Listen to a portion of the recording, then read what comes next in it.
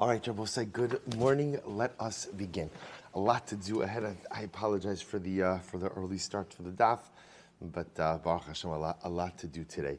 So I want to begin by thanking our sponsors, our Talmud Torah sponsors for the month of Av, Avram and Shane D. Kelman, with the hope and tefillah that this Tisha B'Av will be a Yom Tov filled with joy and the eternal Beis Hamikdash. Our week of learning sponsors, Ira Miriam Grossman, in commemoration of the yahrzeit of Ira's mother, Freda Bas Shmuel, Avron Gali Elbaum, in commemoration of the 37th yahrzeit of Avron's grandmother, Rose Lerner, Rezel Bas Chanuch, and the merit of Refuah Shalimo for Sarah Bas Rezel and Shraga Moshe Ben Fega. Our day of learning sponsors, in commemoration of the 9 days, Josh and Jen Erez, in memory of the 6 million Kedoshim, and in tribute to the survivors of the Holocaust. And our Daf Yomi sponsors, Michael and Rachel Triniansky, celebrating the Daf Yomi limericks attaining 500 subscribers. Incredible. If you don't know what I'm talking about, I'll tell you after shir. Michael does a truly incredible job bringing the Daf to life in very creative ways. So we'll say with that, let us begin. So we are picking up, today's Daf is Kuf Mem 140, and we are picking up, we have a lot to do today, Emir Hashem on, one second, on Kuf Lamed Tes Amud Beis, Amrulei Rabbanan. So it's kind of in the middle of the page, right across from Tosus, Tala de Bisra. So really Rabbanan Ravashi. So remember again, just quick context, the Gemara was talking about the concept of harama, the concept of, excuse me, of employing different types of subterfuge, right? That's the word that you often use, subterfuge, in order to accomplish something, in order to get around certain prohibitions. So the Gemara was talking about over here, Amrli Rabbanan Ravashi, Chazi Mai Hartzura Mirabanan. So did you see, so the Rabbanan said to Ravashi, do you see this particular Talmud Chacham? Rav Huna bar Rav Chivon Shmei, v'Amrli Rav Huna bar Rav Chilvon Shmei. So his name was Rav Huna, both in an after Rav Huna that we normally quote in the Gemara, a different Rav Huna, particular Talmud Chacham. And what does this guy do? So he does a couple of things. Number one, the shakal bar de tuma manach bar de dana. So sometimes what he'll do is, if let's say you have a barrel and the barrel is leaking its contents, and he wants to put a stopper in the barrel. Now, I was saying that the issue of putting in a stopper in a barrel and really plugging it tightly, Rashi points out it could be an issue of tikkun maneh, of fixing a utensil or potentially makeh b'padish, but tikkun maneh. So this guy, he goes in and he takes a clove of garlic and he plugs it in the barrel. Now he says, he says, no, my intention is not to plug the barrel, my intention is to store the garlic. And what else does he do? So they say that's a form of harama. It's from a harama. Va'azil v'na'im b'mivra, va'avar la hachgis of a sariperi. Furthermore, sometimes what he'll do is he'll want to get across the river because he wants to check on his orchards. And what will he do? On Shabbos, he'll decide to take his Shabbos nap on the deck of the boat. And it just happens to be that when he wakes up, he finds himself on the other side of the river. Now he'll say, my intention was just to take a nap. That's all I wanted to do. But it turns out that by the time he wakes up, he's on the other side. I have my kavanas to take a nap. So again, I will say sort of Ashi say back to the Rabbanan Harama Ka'amrit. So what are you worried about? We'll say let's analyze it for just a moment. The issue at hand over here is at most a din derabanan. So you're concerned about the fact that maybe he's employing a little bit of subterfuge in order to go ahead and get around the din derabanan. Harama derabanani or Srama lo asi lemi avid lechatchila. So you both say on a technical level, these harama, when you go ahead and you harama sounds like such a negative word, right? Because it sounds like trickery and deception. Harama is kind of finding a little bit of a loophole. So we say normally harama is asr because we're concerned that if we allow harama, then a person's going to come to violate the halacha or the din drabanan straight out. Apparently, when it comes to a Talmud Chacham, we're not concerned that he's going to come to violate the halacha d'Rabbanan straight out. So essentially what the Gemara is saying over here is that really, technically, harama is not really asa for a Talmud Chacham. Because again, the only reason Chazal outlawed harama was lest you come to violate the malacha, or the din d'Rabbanan straight out. By Talmud Chacham, that concern doesn't really exist. Of course, we'll say, we don't pass in that way. There are times that we allow harama, a little bit of like a roundabout. There was, according to many, for example, mechiras chametz, according to many, is a little bit of harama. So again, we happen to pass in that as a bona fide sale. But I'm saying there are certain times where we will allow a certain level of harama. But again, we don't really adopt this position that a Talmud Chacham ultimately is above the harama issue. So it says in the Mishnah, Nostin maim agabe hashmarim b'shul shiyatzolu. You could pour water on top of, we'll say shmarim are like our dregs. So you could pour water on the top of dregs in order that the dregs are cleaned out. Rashi points out over here that sometimes there's impurities that get mixed in with the dregs, so you want to wash them away. So you could do that. So apparently, again, the Mishnah says you could do that on Shabbos. Now again, Rashi points out that the dregs were put in the strainer on Erev Shabbos. You want to run some water through it in order to clean out the impurities. That's going to be permitted on Shabbos. You could strain wine on a sheet. A sudar is like a sheet or a cloth, or on a basket made of Egyptian reeds. Now, the idea over here, obviously, in this situation is you are straining, but you're not straining in a normative manner. So apparently, again, the Mishnah feels that is permitted. Again, we'll discuss why this is in the Gemara. So, you could put an egg in a mustard sieve. You could put an egg in a mustard sieve. You could put an egg in a mustard sieve. We're going to see the reason. Everything's working? Yeah. You put an egg in a mustard sieve. Now, interesting enough, the reason they would do this was they would use the yolk of the egg to color the mustard. It's very interesting. So you could put an egg in a mustard seed on Shabbos. Va'osin anumalin b'Shabbos. You can make anumalin b'Shabbos. We'll see what that is. Rabbi Yehuda Omer b'Shabbos b'kos b'yom tov b'login or b'moed b'Chabbos. Rabbi Yehuda says on Shabbos you can make anumalin in a cup. On Yom Tov you can make it in a jug. And on Chalama, you can make it in a barrel. Okay, we'll see what all this means in the Gemara. Rabbi Tzadok Omer, Hakol Yachan. Rabbi Tzadok says everything is dependent on the amount of guests you have. The amount of guests determine how much anumalin you can make. Good. Says the Gemara, Amar Zi'iri, no sin Adam Yayin Salul Mayin Salul So Chamishmaras b'Shabbos. A person could put, Yayin Salul literally means clear wine. Clear wine and clear water into a mishmeres, into a sieve on Shabbos ve'ino choshesh, and there's no chashash. Now, I will say, now the logic behind that is that once apparently, what is clear wine? So bepashtus, clear wine means wine free of impurities. It's clear water, water free of impurities. So bepashtus, what the Gemara is saying is, look, putting clear wine through a strainer is an irrelevant act. You're not straining anything. Clear water, so you could do that on Shabbos. Aval achurin lo. But again, if it's achurin literally means cloudy, means if the wine or the water has impurities mixed in, you may not go ahead and run it through the strainer. The Gemara says, Meisvei, Reb Shimon Gamliel Omer, Toreit Adam Chavish Yayin, Yeina Ushmareha, Ve'nostim Lesoch HaMishmeres B'Shabbos Ve'ino Choshesh. So says Reb Shimon Gamliel, yet Toreit, we'll say Toreit, Rashi points out over here means Ma'arvev. A person can mix around a barrel of wine, and you could put the wine as well as its dregs into a mishmeres, into a strainer on Shabbos, and you don't have to be choshesh. So I will say, the price seems to be indicating that halacha l'maisa one can put wine through a strainer on Shabbos. So what's happening over here? To which the Gemara says, Tirgma Z'iri ben agitos shaninu. So I will say, so Z'iri explained, when is this talking about? In between the presses, in between the time that they would press grapes for wine. What does that mean? Look at Rashi. So we'll say it's about 7 lines up in Rashi. Ben agitos shanu, shekala yenos achurin, v'shosin osan bishmarehem, hilchach ein kantikun debalav hachi mishasi. We'll say this is quite fascinating. So apparently, again, in between, I guess they pressed wine at different intervals.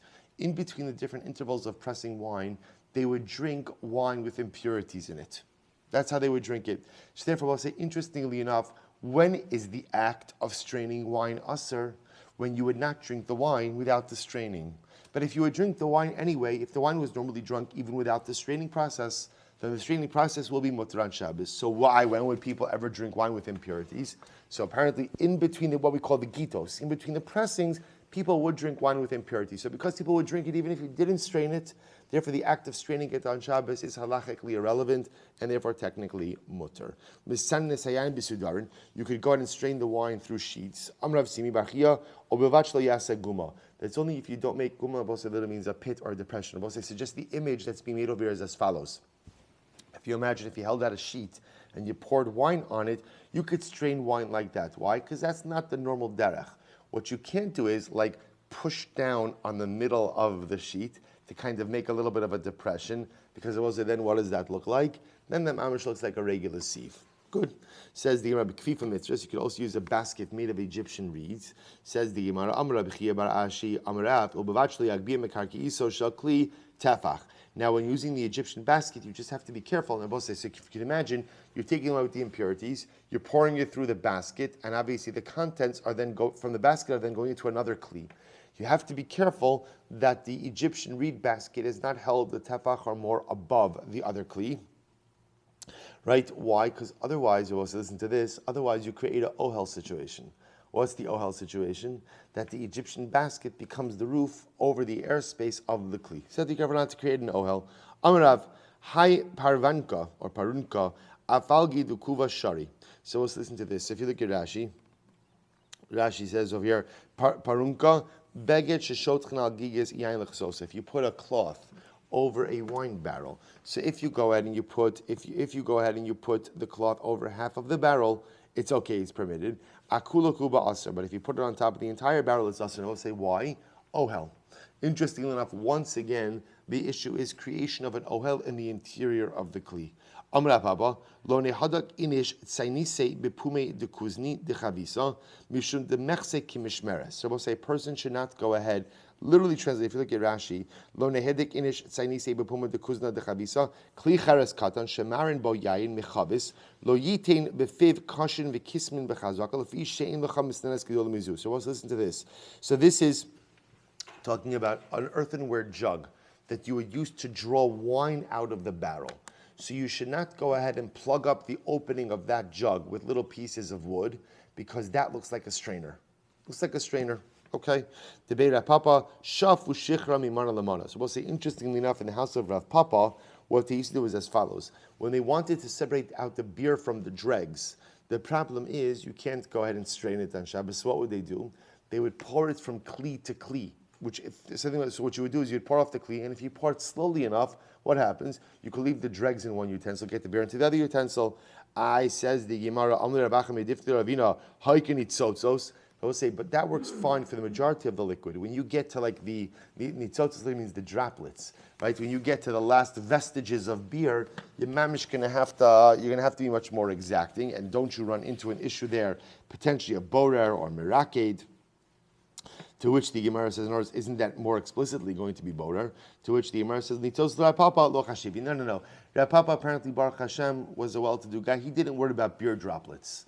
So beer droplets weren't his issue, so he would pour off the majority of the liquid. But once he got into a situation where he'd have to be a bit more exacting with getting the droplets off the dregs, he left it alone. Good.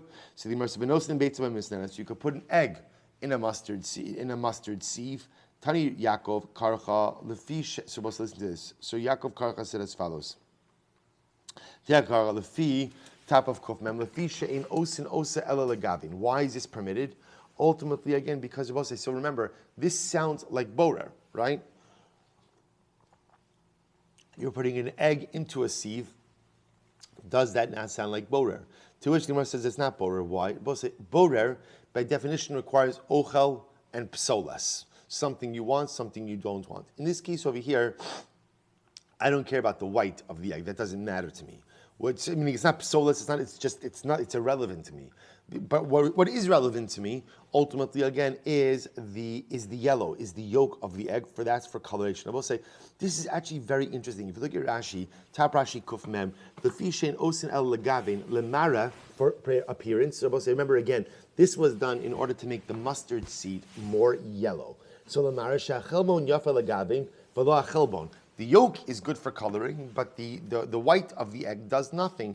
Hilchach idi v'idi ochelhu. The incanbreras psolas milchos. So we'll say this is really quite fascinating, because sometimes what the Gemara is saying is like this: in order for something to be borer, there has to mamish be something you want and something you don't want. What if there's something I want and something I don't care about? So Rashi, the Gemara says that's not borer. It's very interesting. That's not borer. In this case, I care about the yolk. I don't care about the white. I don't care about the rest of the egg. It can stay there. It cannot stay there. It doesn't make a difference to me. So therefore, that's not going to be borrowed. Quite fascinating. Itmar chardol shaloshu me'erev Shabbos. So listen to this. So apparently, The way they used to go ahead and prepare mustard seed was you would put it together, you'd make a mass of mustard seed, and then I guess when you were ready to eat it, you would mix it with water or some other type of liquid. So in this case over here, what's happened is as follows. You needed the mustard seed mixture or in Erev Shabbos. So what I say, so the shaila now is on Shabbos itself, what else can you do to prepare the mustard seed for consumption? Lemachar also means on Shabbos. So Rav said you can mash it up. You can mash it up with a, and Rashi points out that means b'mayim o yayin. Mash it up means with another. You could introduce liquid and mash it up with wine or with oil, only with a kli, but not with your hand. Amalei Shmuel, really? So I'll say. So apparently, what Rav seems to be saying is you have to mash it up with a shinoi. So that's interesting because what Rav seems to be saying is the normal way apparently to mash up mustard seed is to go ahead and truth is mashing is really the wrong word because we're going to see that the malacha over here that's at play is losh, is kneading. Because really what you have over here is you have a mass of mustard seed.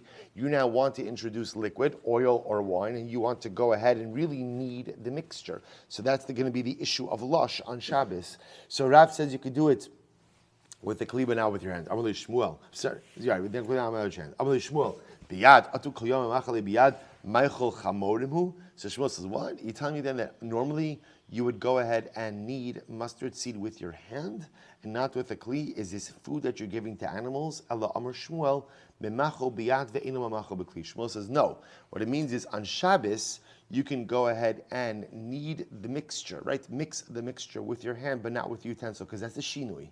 That's a proper shinui, and that's fine. Rabbi Lazar Omer, echad zevi, echad ze aser. Rabbi Lazar says, either way, you're not allowed to do this, right? It's the issue of lush, it's kneading, and therefore you can't do it with your hand, and you can't do it with a kli. Rabbi Yochanan Amar, echad zevi, echad ze mutter. And Rabbi Yochanan says that halacha l'maisa, both are mutter. Abayi and Rava d'Amrit Harbayu, ein halacha k'Rabbi Yochanan. Abayi and Rava came along and said the halacha for sure doesn't follow Rabbi Yochanan. Rabbi says something's got to be aser. Come on, something's always got to be aser. So you could maybe it's going to be clean, maybe it's going to be yad, but it's for sure that both are not permitted. Come Rabbi Yochanan b'shitasi Rabbi Lazar. So we'll say so. Apparently, Rabbi Yochanan changed his mind, and Rabbi Yochanan adopted the position of Rabbi Elazar that echad zeh v'echad zeh is going to be aser. And what happened? Come Rabbi Eliezer b'shitasi de Shmuel, and Rabbi Eliezer himself changed his position to the position of Shmuel, namely that you can knead it by hand, but you cannot knead it by kli. So the Gemara says, Abaye Rav Damer Tavai halacha Rabbi Yochanan, and then Abaye and Rav both came along and said halacha follows Rabbi Yochanan, who holds like Shmuel, namely that halacha l'maaseh you can knead the mixture on Shabbos by hand, but not by a kli. For that is a sufficient shinui. That is a sufficient departure from the norm, and therefore will be permitted. You're supposed to listen to this. Ime d'Abaye of delay velo achal. So apparently Abaye's mother once made for him this mixture, and he would not eat it. He would not eat it. Devisu de zeira of delay l'Rav Chia bar Ashi velo achal. So apparently it's interesting. So Abaye's mother made it for him.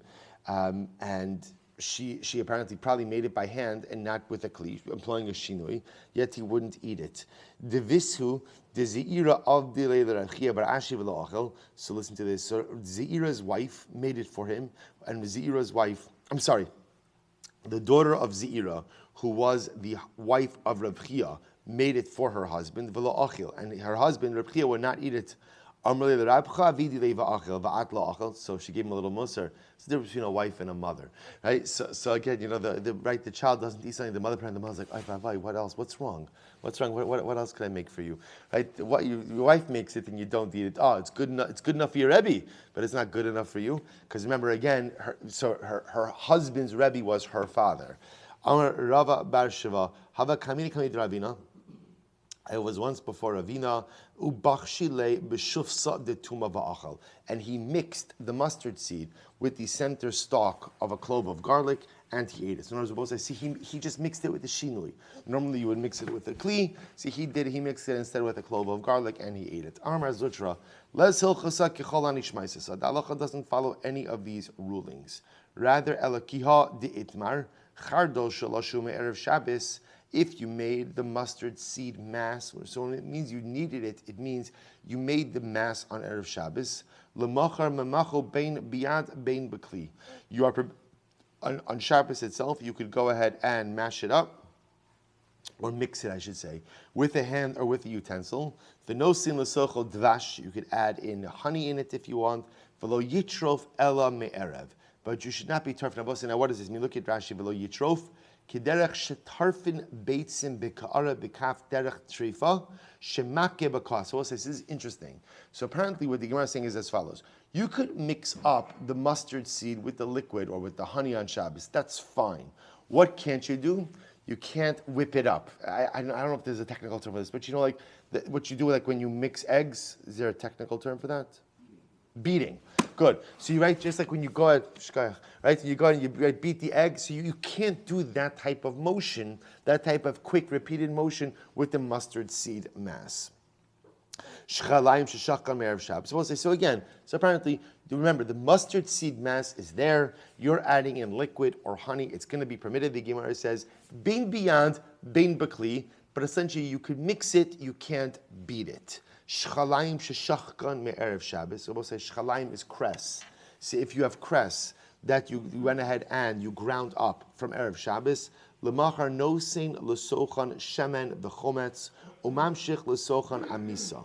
So the next day, so again, you prepared the cress mass. On Shabbos, you could put oil in it, you could put vinegar in it, and you could put amisa in it. We'll see what amisa is. V'lo yitrof elam arif. It's the same thing. You can't beat it, you can't whip it up, but rather again, you could simply mix it. Shum sheriskom erev Shabbos. Same thing if you have crushed garlic or ground garlic. On Erev Shabbos, l'machar nosin l'sochel pool ugrisin. So same thing, you can introduce pool and gris. Also, these are different types of lentils. V'lo yishchok ela me'erev umamshich es amisa sochan. So I'll say, but again, you can't grind it on Shabbos. You can only grind it on Erev Shabbos, and you could go ahead and introduce amisa into it. So we'll say, so you can add an amisa. So we'll say, so the common denominator amongst all of these things is you've made the mass. You've made the mass on Erev Shabbos, right? Because the mass cannot be made on Shabbos itself because very simply the mass requires grinding. So tchina, grinding or crushing, is going to be asur on Shabbos. So if you make the mass on Erev Shabbos, you are permitted to go ahead and introduce the liquid to the mass on Shabbos. You can't beat it or whip it. Instead, all you could do is simply mix it in. So the Gemara says, by the way, maya misa. So it's very interesting to note, what's this amisa? Right? Because remember again, amisa is this additive to all of these items. So the Gemara says, ninai, or ninai, right? Ninai. So the Gemara says, it's mint. It's mint. Also, you see from here just an interesting culinary tip that apparently mint is beneficial for cress. Good. Osin anumalin b'Shabbos. Supposed to say next. You could make anumalin on Shabbos. Hatanabanan osin anumalin b'Shabbos and osin aluntis. So also you can make anumalin on Shabbos, but you can't make aluntis. So the Gemara says, okay, what are we talking about over here exactly? Now Rashi says over here, before we even get into it, Rashi says in osin aluntis. It's in the shorter lines of Rashi, about 2 lines in. She'ena lamashket sameh el litzani la'achar hamerchas v'dugmas refuah. Both says we're going to see. Aluntis was a drink that was made for people after they came out of the bathhouse. There was a concern that sometimes after they came out of the bathhouse, a person would be overheated. So they would drink this drink called aluntis, which brought down your body temperature very rapidly. So really, that type of drink has the appearance of like refuah, of something medicinal in nature, and therefore you can't drink it on Shabbos. Veizu animalin, veizu aluntis. We'll say, what are these 2 drinks? Anumalin. Anumalin is yayin, dvash, upalpalin. It's wine, honey, and pepper. Aluntis, yayin yashan, it's old wine. Mayim tzulin, clear water. Afar simon, balsam oil. Da'avdi lebei masusa lemekar. And again, people who come out of the bathhouse and are too overheated, they drink it. So says the Gemara, Amar Rav Yosef, Zimna chada alis basar mar ukva lebei bani. Rav Yosef, one time I went in after Mar Ukva into the bathhouse. Kinafki, when he came out, when I came out, asoy ashkion chamra chad kasa. They went ahead and they gave me, we'll say now, chamra over here in this context doesn't really mean wine. It means they gave me this cup of aluntis. Right? They gave me this cup, 1 cup of aluntis, and what happened? V'chashi mi binse derashe atufra dekari. And I felt literally from the hairs on the top of my head to the bottom of my toenails, I felt chilled. there was a coldness that went through my body. The ashkion kasach rina, and if they gave me another cup, another glass of this aluntis, havi mistafina dilma menachuli mischusa da asi. I was afraid that maybe they would detract from some of my merits in the world to come. Which was another way of saying is, had I had one more glass of that aluntis, I think I would have been on the cusp of death, and it would have required a miracle to bring me back to life. Pretty amazing. I v'harmar ukva deshasi kol yoma, but Mar Ukva drank this stuff all day long. So what's the pshat? Shani Mar Ukva did dashpe. So we'll say like anything else in life, you could build up a tolerance. So apparently because Mar Ukva drank it more often, it didn't have the same impact on him. Good. Says the Mishnah, Ein shornas achilsis bepotion. So we'll see. So now we go back to a little bit.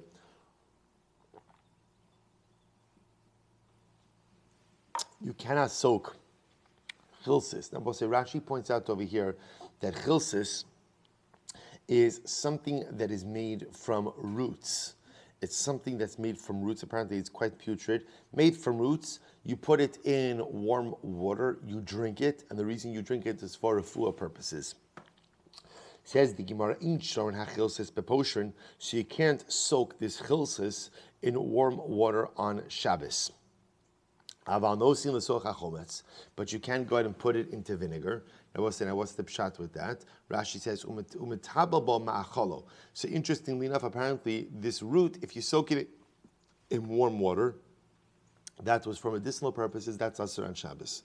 But you could put it into vinegar and people would use it as a dip for their food, that's permitted. The ancient and the you can't go ahead and soak, Krishna will say, is vetch, animal food.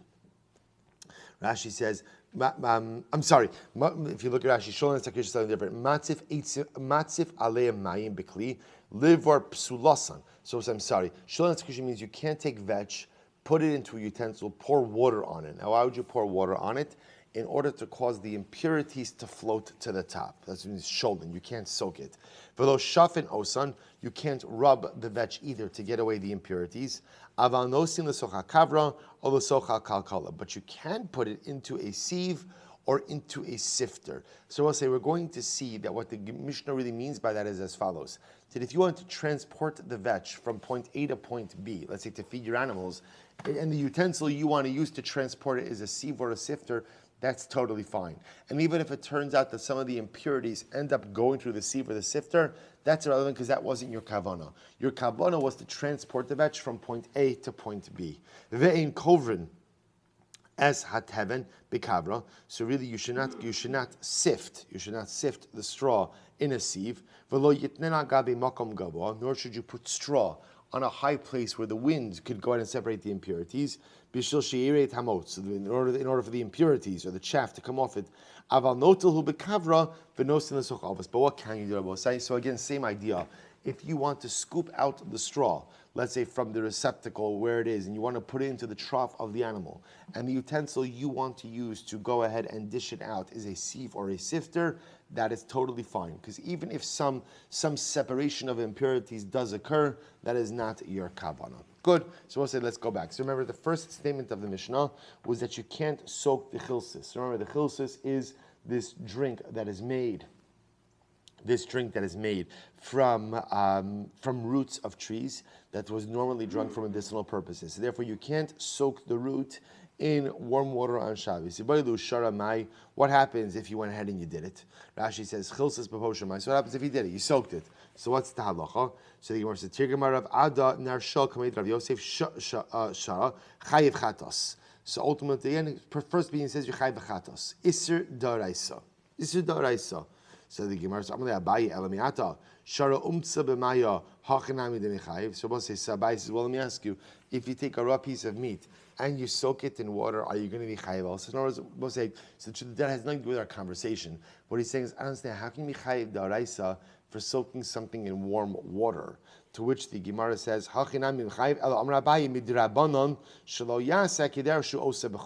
rather, again, I will say, this issue, or the isser, I should say, of soaking the chilsis in warm water is an issue of ovda dechol.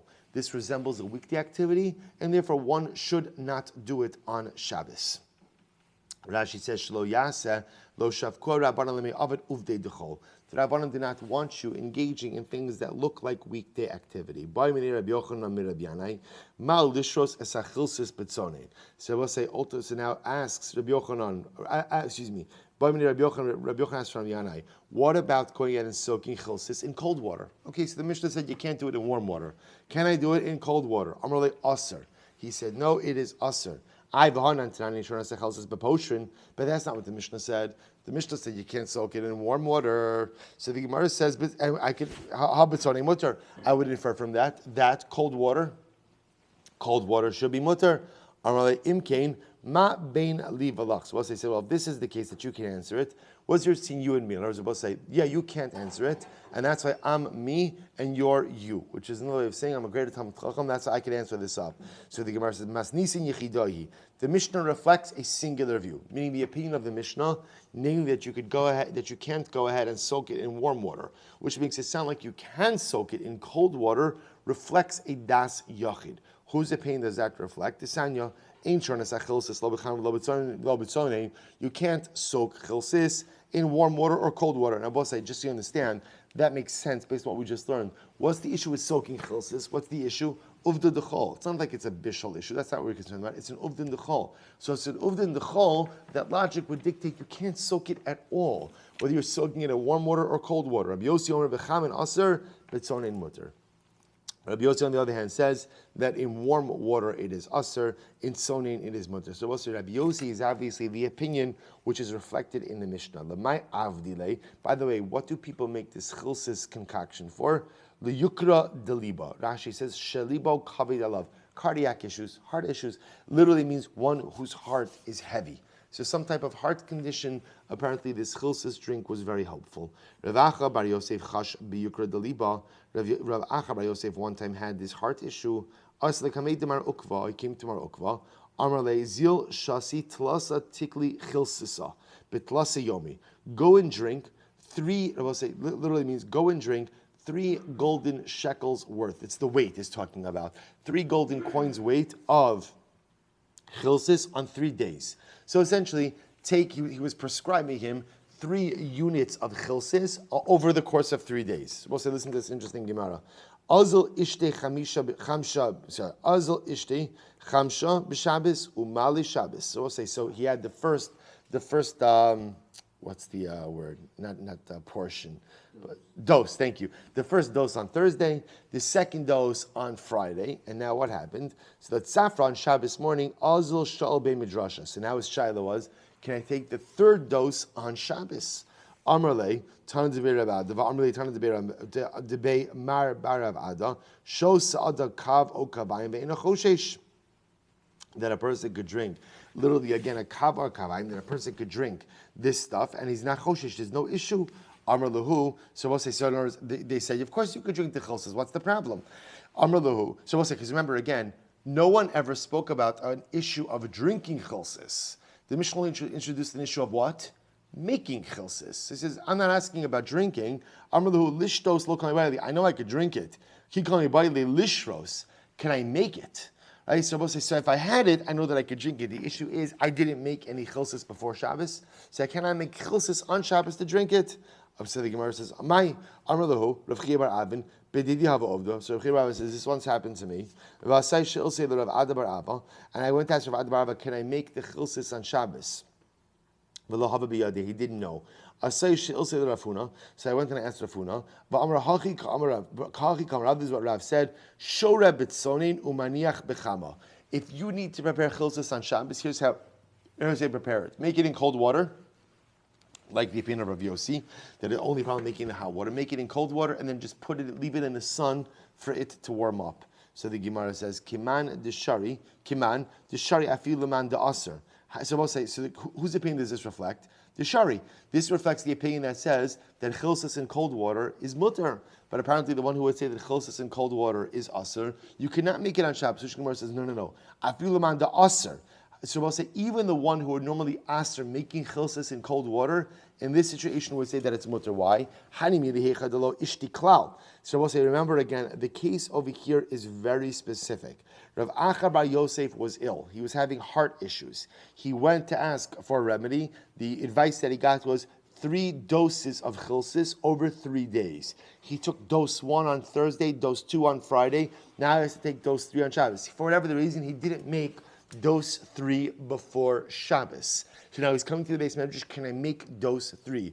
They tell him, yes, make it in cold water, heat it up in the sun. Okay, so that's according to the opinion that says you can make chilsis in cold water on Shabbos. But if you hold that you can't make chilsis in cold water on Shabbos, you would say that it's us or no. To which the Gemara says, even according to the opinion that says that under normal circumstances, you cannot make chilsis in cold water on Shabbos, here they would say it's permitted. Why? That's only when you did not start taking the previous doses of chilsis. Aval hocha kivan ishti chamisha umale shabsa. So we'll say, but over here we already started taking the dosages. You took on Thursday, you took on Friday. Ilo shasi b'Shabbos mistachin. Rabbi said this is very interesting. So apparently, once you started the doses of chilsis, if you do not take this third dose, it's actually dangerous. It's actually dangerous. So therefore, Rabbi said, even the opinion who would say normally you can't go ahead and obviously it can't be sakanas nefashos. Because sakanas nefashos is nothing to talk about. But the idea of it is, even according to the opinion who says that you can't normally make chilsis in cold water, would agree that you've already started the dosages. You're up to your last dose. You need that last dose on Shabbos. Then you can make it. Mistamech va'azil. Hilos Shabbos b'Shabbos mistakin mistamech va'azil. So mistamech va'azil Rav Acha bar Yosef akasei Rav Nachman bar Yitzchak bar Achsei. So we'll say, so what happened? Rav Acha bar Yosef was leaning on the shoulders of Rav Nachman bar Yitzchak, his nephew. Amrlei kimatinu lebei Rav Safra. Eilinei, when we get to the house of Rav Safra, help me inside. Kimatu. So when they got there. So when they got to Rav Nachman bar Yitzchak, helped his uncle Rav Acha bar Yosef into the house. Baiminei, he asked from the staff for the following kasha: Malakas kuse kisinasa b'shabsa. So we'll say now a totally different topic. Can you rub a linen shirt on Shabbos? I will say now what's happening over here. Look at Rashi. Likas kuse kisnisa chaluk kisones shal pishtan shenis kapsa. So we'll say if you have a linen shirt that has been laundered. So apparently, after a linen shirt has been laundered, it becomes very stiff. So you would want to rub it in order to go ahead and soften the material so that's not so hard on you. But the issue is, apparently, when you rub the linen shirt, it also goes ahead and intensifies the whiteness of the shirt. So Rashi says over here, so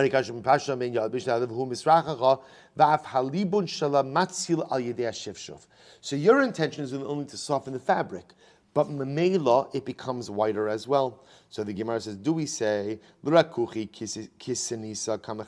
only intention is to go ahead and soften it, and therefore therefore it's permitted. Maybe no. Maybe also your intention is also to make it even more white, to make it whiter. And if that's the case, again, that almost sounds like malabin. That sounds like part of laundering, and therefore maybe it's aser. To which Rav Safra responded, it's okay. Or if your intention is to soften the shirt to make it more comfortable for wearing it, it's totally fine, even if it ends up becoming a little bit whiter. Kinofik, so when Rav Safra came back out, when Rav Acha bar Yosef comes back outside, he's speaking to his nephew Rav Nachman bar Yitzchak. Kinofik asa amrle ma bai marmine. He said, Uncle, what did you ask from Rav Safra? I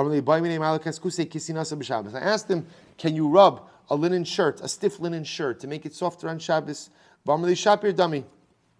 And he said, yes, you can. Viti boile, said, Uncle, why didn't you ask? Viti boile lemar sudra, why didn't you ask about a kerchief? In other words, the same shaila, but by a kerchief, a linen kerchief. Can you go ahead and rub it on Shabbos in order to make it softer, even if it becomes a little more white? To which the Gemara says, sudra lo koyin boile. To bay mirafuno pashatli Isura. The Hagosium adds in. I already asked that shaila from Rav Huna, and Rav Huna told me that it is aser. So but I don't understand why. Why should that be any different? So if that's the case, then why should rubbing out the shirt be any different than rubbing the kerchief? Hasam mechsi ki'ilu dechiyura. Hachalo mechsi ki'ilu dechiyura. But so here's the difference. The difference is that on a kerchief, people are much more makbid about the brightness of its whiteness. So because of that, when you rub out a white kerchief, so again, it has the appearance that you're mamish doing it in order to intensify the whiteness. But apparently the shirt, the person is not so careful that their shirt be so white. And therefore when you rub out the hardened shirts, really it just looks like you're making it softer so that it's more comfortable for the wearer. Good. Amrav Chista. Hi Kisinasa. Amud Beis will say, Hi Kasinasa, Mishafu Lididei, Mekanya Shari. Supposed to listen to this. Look at Rashi. Tap Rashi Kuf Mem Amud Beis. Rashi says, Kishashotchin Osa Linagva, Tochvin Kana mi Beis Yad Kana mi Beis Yad Beis Yad, Kishanot Lo B'Shabbos Yishlefena Min HaKana V'La Kana Memena D'Lo Chazi L'To. Supposed to listen to this. When you have your shirt, back to the same white linen shirt. So what they would do is, we'll say, after they would wash it, they would put it on a hanger. So we'll say, but what was the hanger? The hanger was a piece of wood that you would insert in one sleeve and would go out the other sleeve. So the shirt would be hanging straight out like that. So on Shabbos, if you want to take your shirt off the hanger, so I guess during the week you would just pull the hanger out of the shirt. On Shabbos you can't do that, because we'll say, what did they normally do with hangers? They normally used it for firewood. So essentially, again, once you remove that piece of wood from the shirt, effectively it's muktzah. So there, on Shabbos, if you want to remove the shirt from the hanger, you must, pull the shirt off the hanger, but don't pull the hanger out of the shirt. So the Gemara says, Kanya mimena aser, but to pull out the hanger from the shirt, that's going to be aser. Amar Rava, im kalu kiyui hu mutter. So I'm sorry, Rava says, im kli kiyui hu mutter. Look at Rashi. Im kli kiyui hu, kana shall argue the Torah's club, if it's a weaver's rod. So as well say, which essentially is saying is, if the hanger is not a piece of wood that they're going to burn afterwards, but the hanger itself is a kli, then einachinami, you could remove the hanger, because if it's a kli, it's not going to be aser. Good. Amr Chista. Hai kishta diyarki. This bunch of herbs or bunch of vegetables.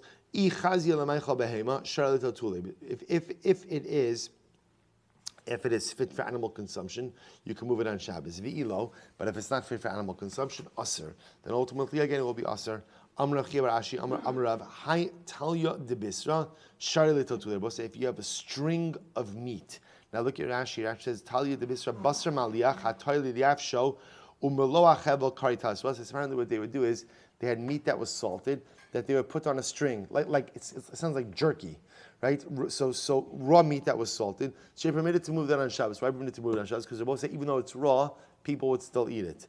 Interesting enough, the kavri aser. But if you have a string of raw fish, you can't move that on Shabbos. Why? Because no one eats raw fish. Interesting. I say so again. It's obviously reflective of people's dietary norms. Amr will say first wide line. Ha'omi be'emtza mita. If someone stands in the middle of a married couple's bed, ki'ilu omed bekresa shalisha. It's as if he is standing on the stomach of the woman. Now, what does that mean? Look at Rashi. Be'emtza mita she'ish v'ishto regilin lishan ki'ilu omed demahare. So we'll say the idea is you should not go ahead and stand or lay down on a married couple's bed. The idea being why? Because if a person lays down on that bed, it brings thoughts about what the couple does on that bed, and therefore brings a person to impure thoughts. V'lav milsihi. And the Gemara says, but really that's not true. So the Gemara says, the Gemara disagrees with Rav Katina. Rav Chisda, bar beirav dezabin yarka. If a Talmid Chacham is going to buy vegetables, Lisbon aricha kisha. Lisbon aricha. When this is very interesting. I will say so again. It's fascinating. I will say that the Gemara, everything is in Torah. Everything is in Torah, and there's Torah wisdom in everything, even in how you buy vegetables. So listen to this. The Gemara is giving advice to Talmidei Chachamim. If you're going to buy vegetables, Lisbon aricha. Make sure to. So the way they used to sell vegetables, interestingly enough, is apparently they wouldn't sell vegetables as individual units, but they would sell it as bundles. So when choosing which bundle of vegetables to purchase, Lisbon Aricha, look for the longest bundle. Why? Kisha kikisha. Because we'll say at the end of the day, each bundle is, in other words, each bundle had the same exact thickness. There was always the same thickness. So the only thing that changed from bundle to bundle was what? The length of the bundle. So therefore, when you're going vegetable shopping, so again, you're not going to get any more in the thickness, but you can get more in the length. So if you want to get more for your money, look for the longest bundle. Incredible. V'amrav Chista, bar beirav dezabin kanya, Lisbon aricha. So we'll say same idea. If a bar beirav is going to go ahead and buy reeds, right? Go ahead and buy the longest one, right? Tuna kituna, same idea. We'll say because each bundle is the same. So we'll say apparently, any item that's sold in bundles, often the thickness of the bundle was always the same. Where you could get more value for your money being spent is in the length. V'amrav Chista, bar beirav. If there's a Talmid Chacham who doesn't have a lot of bread, lo leichol yarka mishum degarbo. This is incredible. If you don't have a lot of bread, Don't make sure not to eat a lot of vegetables. Why? Because apparently vegetables increase one's appetite. So therefore, again, if you don't have a lot of bread to satisfy your hunger, don't go ahead and eat too much vegetables. We'll say, isn't this an incredible mussar? You know what these Gemara is saying is, live within your means. Live within your means. So if you don't have enough money to support your appetite, don't go out and do something that's going to increase that appetite. Live within your means in life. Anna, well, this is great Gemara. Rav Chisda says, Anna, lo ba'aniyusi achli yarka, velo ba'asirusi achli yarka. So Rav Chisda says, I never ate vegetables. I never eat vegetables when I was poor, and I didn't eat vegetables when I was old. What's the pshat? Ba'aniyusi mishum degar. So I didn't eat vegetables when I was poor, because remember when I was poor, I never had enough bread. So I was nervous that if I would eat vegetables, they would make me very hungry. And halacha l'maisa, I would not be able to go ahead and support my appetite. Ba'asirusi. And when I was wealthy, I didn't eat vegetables. Why was it? This is great. Damina heicha da'al yarka leil bisra v'kavrik. I said to myself, whatever space the vegetables are going to occupy, let meat and fish occupy. So as you say, so when I was poor, I wouldn't eat vegetables because I didn't want to increase my appetite. And when I was wealthy or wealthier, so again, I figured, why should I waste stomach space on vegetables? Let me fill up that same space with meat and fish. What says is incredible. So Tam Tchacham who doesn't have enough bread, let him not break bread for others. So we'll say if you look at Rashi, so now the truth, I take that back. That's the Maharshal interpretation. Look at Rashi. Lo livtza b'tzur, Rashi says, Lo yochal achshav ma'at pas sheyim salo ula achar shah ma'at mipnei she'in lo derech sriya el yitarif v'yochal yachad. So we'll say this is really quite fascinating. This is really quite fascinating. I think there's an incredible mussar in this as well. A Talmid Chacham who does not have a lot of bread. So we'll say, when you don't have a lot to eat, there's kind of like different ways you could approach it. You could eat a little bit very often, or you could save your little bits and have one substantive meal. One substantive meal. So the Gemara suggests that a Talmid Chacham, if you don't have a lot of bread, lo livtza b'sui, don't eat your breads in morsels, but rather, what should you do? Save up your bread and have a meaningful, filling meal. Better to have one substantive filling meal than to have a series of smaller non-filling meals, which we'll say is an incredible yesod in life as well. That sometimes it is better to go ahead and put your efforts towards one substantive objective than to go ahead and kind of diffuse your efforts over multiple things that don't really get you all that far. We'll say, isn't this the great challenge in life? We start on so many smaller projects. I start on this, I start on this, and I don't finish this. Sometimes it's better to pull your koach, pull your effort, and put it into one thing, not one thing for your whole life, but one thing at a time. Pull your efforts, put it into one objective at a time, accomplish that objective, and then move on to the next thing. As opposed to, so many of us try to manage multiple processes and multiple dreams, aspirations, goals, objectives at the same time, and we get nowhere. It leaves me unsatiated on multiple levels. Better to save up your morsels so that you could put your koach into one meal, one objective, one course of action, and be successful than to diffuse your kochos over many things. Amar Rav Chisda, bar beirav delo nefisha rifta lo livtza. Well, this is what we were saying before, that if a Talmid Chacham doesn't have a lot of bread, he should not go ahead and distribute it to others. Why? Delo avid ba'ayin yofa. For you should not go ahead and, because he will not be able to distribute it in a generous way, which is an incredible yisod. What it's saying is, if you don't have a lot of bread, don't invite company. Right? If you don't have a lot of bread, so ultimately, again, why? Because it will say, it only makes sense to give to others if you could give to others generously. With ba'ayin yofa, with a generous eye. But if you're not capable of giving to others a generous eye, so sometimes, again, there's a conventional wisdom that says, don't give, which is another incredible mussar. What it says is, know what you're capable of doing. Sometimes there are things that we want to do, but I'm not yet really on the level to be able to do it. I'm not yet capable of doing it. And the problem is, if I end up doing it, I do it and I don't feel good about it, and I'm not. Or so a person wants to be a Baal Chesed, make sure you're ready to be able to do that. Make sure you can handle it. Make sure that's the right thing for you right now. Because sometimes if you push yourself to do something that you're not really ready for, even if you quote unquote accomplish the task, you don't do it ba'ayin yofa. V'amar Rav Chisda, ana meikara lo havi b'tzina. So Rav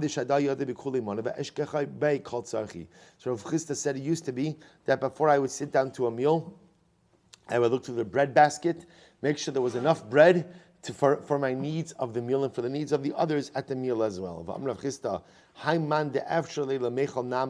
listen to this Gemara. Rav Chisda says, if somebody has the ability to eat barley bread, and instead he eats wheat bread,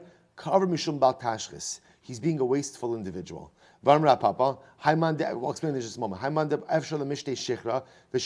Someone who's able to drink beer, but instead drinks wine, he's being wasteful. We'll say, now what these opinions seem to be saying is as follows. If you can get by on an inferior item, but instead you choose a superior item, that is a wasting of money. So if you could get by on barley bread, which is inferior, but instead you spend your money on wheat bread, that's bal tashchis, that's wasteful. You can get by on beer, but instead you go ahead and you drink wine, it's more expensive, that's wasteful. V'lav milzi, the Gemara says that is not true. Why? Bal tashchis de gufa adit, because Rabbi say, wheat bread is better for the body than barley bread, and wine, everyone knows, is better for the body, at least better for the soul, than beer. And therefore that's not bal tashchis, because anything that's physically beneficial, is always is not bal tashchis. Good, and in fact, the Gemara says to go ahead and subsist on inferior things, right? To subsist on barley bread and beer, when you could go ahead and do better for yourself, is actually bal tashchis of the body. Quite incredible. So the Gemara goes right there. The Gemara says, let's say if you're going to buy meat, if Talmid Chacham is going to buy meat, Lisbin unka, best to buy the neck of the animal. Why? Because apparently in the neck, you could get all three flavors of meat. In the neck, there's fatty meat, there's soft meat, and there's tough meat. So apparently, again, it's the best value. Best value for your money. You get all types of meat in the neck. Lisbon midnar abba. So we'll say more advice. If Chisda says Talmid Chacham is going to buy a linen garment, make sure to buy it from Nar Abba. So we'll say Nar Abba is a place. Buy the linen garments of Nar Abba. V'nechve kol tlasim, and clean it every 30 days. Because I guarantee you, if you buy this quality linen garment from Nar Abba and you make sure to clean it every 30 days, it'll last you for a full year. And I'm happy to guarantee such a purchase, right? Money back guarantee. My kisinusa. So we'll say, what is a kisinusa? So we'll say, we know a kisinusa is a linen garment. But what's the meaning of the word? Kita noah. That one who wears it is part of a unique and upscale group. So we'll say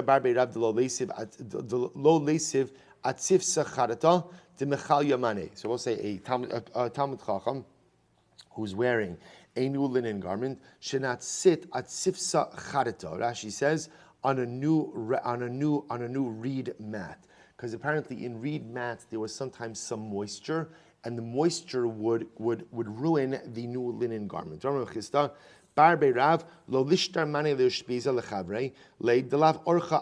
say if a Talmid Chacham is staying at an inn, so very often the innkeeper would offer services like to launder clothing. You shouldn't go ahead and Talmid Chacham shouldn't give his garment to the innkeeper to launder. Why? Because maybe the innkeeper shall see something on the garment and the Talmid Chacham will become repulsive in her eyes.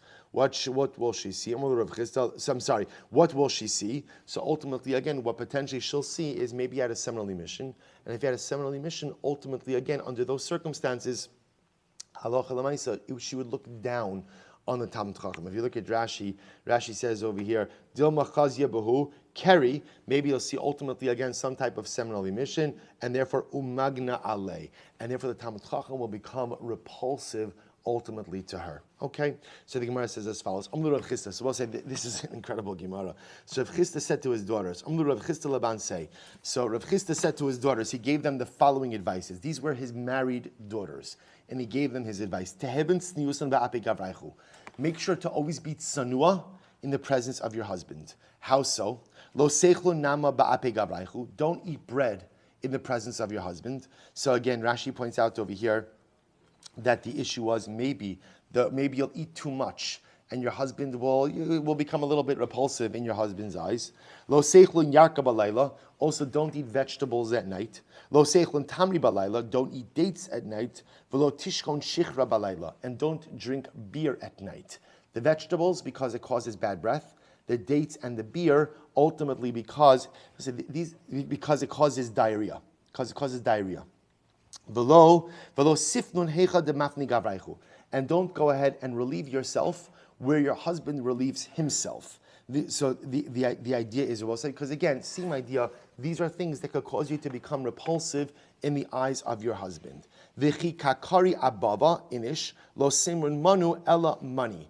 And ultimately, again, we'll say it's an incredible distinction over here also between men and women, which is quite fascinating. See, women see much more repulsive things in their husbands, and yet they still go ahead and love them. Men are much more shallow.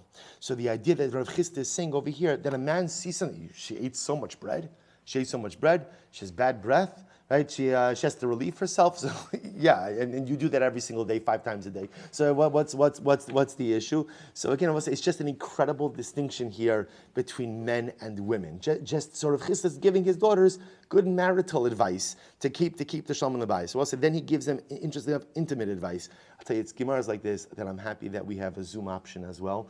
And that, because I think you know who you are, because I see you smiling on the Zoom camera already over here. So the Gemara says as follows. So the Gemara says he gives them now intimacy advice.